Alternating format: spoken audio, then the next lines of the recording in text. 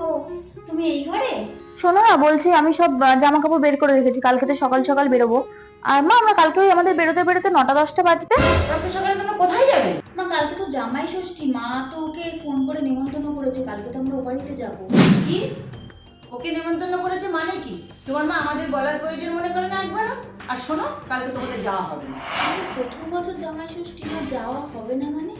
যাওয়া হবে না মানে হবে না। আর তুমি মুখের উপরে কথা বলার সাহস পাও কোথা থেকে আমার? হ্যাঁ? আর শোনো, কালকে আমার মেয়ে জামাই আসবে, তোমার রান্না বান্না সবকিছু করতে হবে। এসব কে করবে? মা, দিদিরা আসবে বলে জামাই ষষ্ঠীতে আমরা যাবো না ও বাড়িতে? শোনো, তোমার জামাই ষষ্ঠীতে যাওয়ার জন্য আমার নিয়ম পাল্টাতে পারবো না। আমার মেয়ে জামাই 10 বছর ধরে জামাই ষষ্ঠীতে আসছে। আর একটা কথা শোনো, তোমার জামাই ষষ্ঠীতে যাওয়া হবে না। যাও, ঘরে গিয়ে জামা কাপড় আলমারিতে তুলে রাখো। শোন বাবু, তোর শাশুড়িকে ফোন করে বলে দিবি কালকে তোর জামাই ষষ্ঠীতে যাওয়া হবে না, বুঝছিস?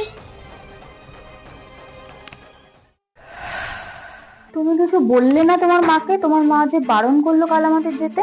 মানে আমি মার উপর ওটা কি বলবো? মা যখন বারণ করে দিয়েছে মানে তখন আর যাওয়া হবে না। আর তাছাড়া কালকে বাড়িতে তো কাজ রয়েছে, দিদিজামাইবাবু আসবে, বাবা একা হাতে তো বাজার টাজার করতে পারে নাকি? আমাকে তো থাকতেই হবে।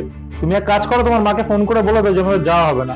মা বারণ করেছে তারপরেও আমাকে বলছে কিছু বলতে, মানে মার বিপক্ষে যেতে।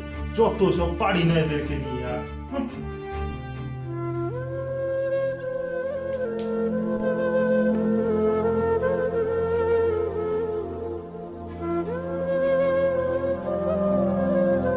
হ্যালো মা। হ্যাঁ, বলছি কি, শোনো না, কালকে না যেতে পারবো না গো আমরা। হ্যাঁ, ওর আসলে অনেক কাজের চাপ পড়ে গেছে, আর আমার শরীরটাও খুব খারাপ, প্রচন্ড কাশি হচ্ছে গো, তাই আর যেতে পারবো না। হ্যাঁ, অন্য একদিন যাবো, রাখছি। হ্যাঁ।